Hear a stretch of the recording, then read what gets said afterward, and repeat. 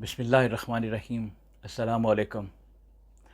ظلم جب حد سے گزرتا ہے، اذیتیں جب اپنی انتہا کو پہنچتی ہیں، تو پھر یہ ظلم اور اذیتیں انسان کی روح میں اتر جاتی ہیں۔ پھر ایک ایسا لمحہ آتا ہے، کسی کا تماشا، کسی کی تباہی دل کو سکون دینے لگتی ہے۔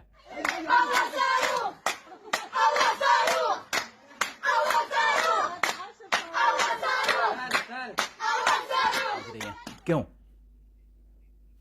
ایک طرف دنیا خاموش تھی، ایک طرف وہ بچے جو موت کے سائے میں جیے ہیں۔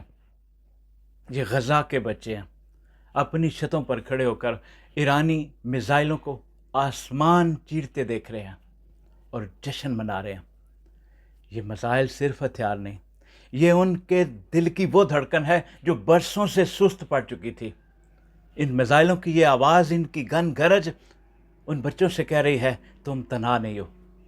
یہ خوشی میزائل کی نہیں ہے، یہ خوشی ذلت کی زنجیروں کے ٹوٹنے کی، یہ خوشی ہے ظلم کے خلاف پہلی بھرپور للکار کی، یہ خوشی ہے اس امید کی جو دہائیوں سے دفن تھا کہ شاید اب انصاف بولے گا۔ یہ وہ بچے ہیں جنہوں نے کھلونے نہیں، بارود دیکھا ہے، جنہوں نے اپنے معصوم ہاتھوں سے اپنوں کی لاشیں اٹھائی ہیں، لیکن آج ایک ملک نے امت کی غیرت کا پرچم تھاما ہے۔ ان بچوں نے پہلی بار محسوس کیا ہے کہ وہ اکیلے نہیں۔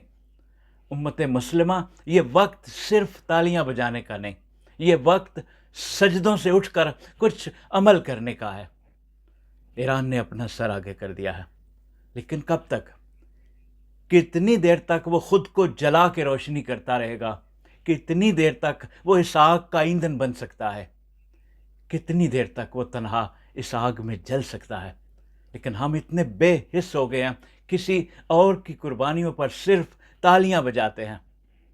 اگر تمام مسلمان ممالک اپنے 10 جہاز اس جہاز میں شامل کر دیں تو 570 جہاز ایک ہی وقت میں اسرائیل کو صفائے ہستی سے مٹا سکتے ہیں۔ فلسطین آزاد ہو جائے گا اور ظلم تاریخ کا ایک دردناک سبق بن کے رہ جائے گا۔ دنیا والوں، یہ مزائل نہیں، یہ امید ہے، یہ جشن نہیں، یہ رد عمل ہے، یہ خوشی نہیں، یہ صدیوں کی دبی ہوئی وہ چیخ ہے جو آج گونج دے رہی ہے۔ یہ امت مظلومہ کی وہ صدا ہے جو پکار کے کہہ رہی ہے کہ یہ وقت ہے بیدار ہونے کا، یہ وقت ہے فلسطین کے ساتھ کھڑے ہونے کا، یہ وقت ہے انسانیت کو بچانے کا۔